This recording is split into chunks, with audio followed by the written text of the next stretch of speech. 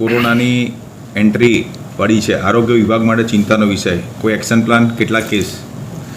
2019થી SARS-CoV-2 virus કે જે COVID-19 તરીકે ઓળખાયો, હાલ 2025માં આપણે એક સ્પાઇક જોઈ રહ્યા છે કે નવીન કોવિડના કેસો નોંધાઈ રહ્યા છે. ખાસ કરીને ભારતની વાત કરીએ 4,800 કરતાં વધુ કેસો નોંધાઈ ચૂક્યા છે. ગુજરાતમાં 500 જેટલા કેસ છે અને આજે વડોદરામાં 6 જેટલા પોઝિટિવ કેસ આવ્યા છે. આજે નવીન વેવ છે એ ઓમિક્રોનના સબ વેરિયન્ટ એવા JN.1, LF.7, LF.7.1, NV.1.8.1 અને XFG, આ જે ઓમિક્રોનના સબ વેરિયન્ટ છે, આને WHOએ વેરિયન્ટ અંડર મોનિટરિંગ તરીકે ગણ્યા છે. હાલ આ માઇલ્ડ પ્રકારનો વાયરસ છે જે ફ્લૂના સિમ્ટમ આવે, ખાસ કરીને ચોમાસામાં ઇન્ફ્લુએન્ઝા લાઇક ઇલનેસના કેસો વધતા હોય છે અને કોવિડનો ડર ખાસ કરીને હોંગકોંગ, સિંગાપુર, ચાઇના અને યુરોપના કન્ટ્રીમાં, ભારતમાં આ કેસો નોંધાઈ રહ્યા છે. જ્યારે ILIના કેસો વધતા હોય ત્યારે RT-PCR થવાથી કેસોમાં સ્પાઇક પણ જોવાઈ રહ્યો છે. લગભગ આ કેસો 4,800ની આસપાસ ભારતમાં છે, પરંતુ એમાંથી ફક્ત 4% લોકોને જ હોસ્પિટલમાં દાખલ થવાની જરૂર પડે છે. ખૂબ માઇલ્ડ પ્રકારનો વાયરસ છે. લો ગ્રેડ ફીવર લાંબા ગાળા માટે રહે છે, ગળું પકડાય છે, running nose, loss of taste અને લોસ ઓફ સ્મેલ, નોશિયા અને ડાયરિયા, આના સામાન્ય સિમ્ટમ છે જે આની પહેલાંની સ્ટ્રેનમાં હતા. પરંતુ ફરક એ છે કે પહેલાંની સ્ટ્રેનમાં ફીવર હાઈ ગ્રેડ ફીવર આવતો હતો, આમાં લો ગ્રેડ ફીવર આવે છે. ખૂબ માઇલ્ડ વાયરસ છે.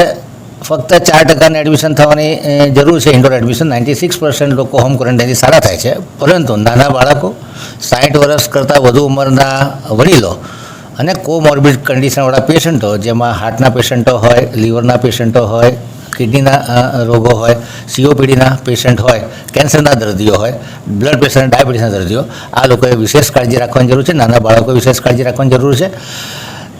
ખાસ કરીને રોકથામ માટે સોશિયલ ડિસ્ટન્સિંગ રાખવું, મોઢા પર માસ્ક પહેરવો, કોફિંગ એટિકેટ પાળવવા, સરફેસ એટિકેટમાં ખાસ કરીને અવારનવાર હાથ ધોવા, હેન્ડ સેનિટાઈઝરનો ઉપયોગ કરો, સાબુ પાણીનો ઉપયોગ કરવો, ઓવરક્રાઉડિંગ ટાળવું. ચોમાસાનો સમય છે, ચોમાસાના સમય અને ટ્રાન્સમિશન સાથે કંઈ લાગે વળગે નહીં, પરંતુ ચોમાસામાં ઇન્ડોર ક્રાઉડિંગ વિધાઉટ વેન્ટિલેશન વધતું હોય છે, ત્યારે જે ઇન્ડોર ક્રાઉડિંગમાં વિશેષ ધ્યાન રાખવાની જરૂર છે. જે વડીલો છે એ લોકો જ્યારે ક્રાઉડિંગમાં જતા હોય તો એમને માસ્ક પહેરવું જોઈએ. જેને ખાંસી શરદી થયા છે એમણે પણ માસ્ક પહેરવું જોઈએ, જેથી બીજાને ચેપ લાગે નહીં.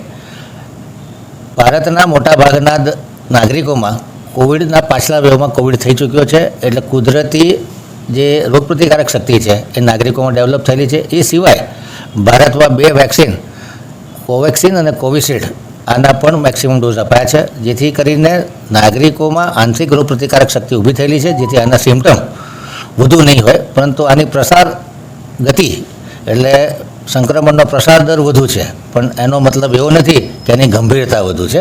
પરંતુ ચેતોનર સદા સુખી WHO હાલ પૂરતો આને વેરિયન્ટ અંડર મોનિટરિંગ તરીકે ક્લાસિફાઈ કરેલો છે. ખાસ કરીને વડોદરાની વાત કરીએ તો વડોદરામાં SSG હોસ્પિટલ અને ગોત્રી હોસ્પિટલ RT-PCR લેબોરેટરી ચાલી રહી છે. જે વાયરલ ટ્રાન્સપોર્ટ મીડિયા છે એ પણ પ્રોક્યોર કરી લેવામાં આવ્યું છે. SSG હોસ્પિટલમાં 20 જેટલા બેડનો આઇસોલેશન વોર્ડ રાખવામાં આવ્યો છે. ગોત્રીમાં 35-40 બેડના આઇસોલેશન વોર્ડની વ્યવસ્થા કરવામાં આવી છે. તમામ ઓક્સિજન લાઇનો, વેન્ટિલેટરના ઓક્સિજન લાઇનના ઓડિટ અને વેન્ટિલેટરના ઓડિટ કરવાની તમામ હોસ્પિટલને સૂચના આપી દેવામાં આવી છે. ખાસ કરીને વડોદરાના જે 4 CSC છે, ગોત્રી સાથે ટાઈઅપ છે અને જિલ્લાના દર્દીઓના RT-PCR માટે SSG હોસ્પિટલ સાથે ટાઈઅપ કરવામાં આવેલું છે.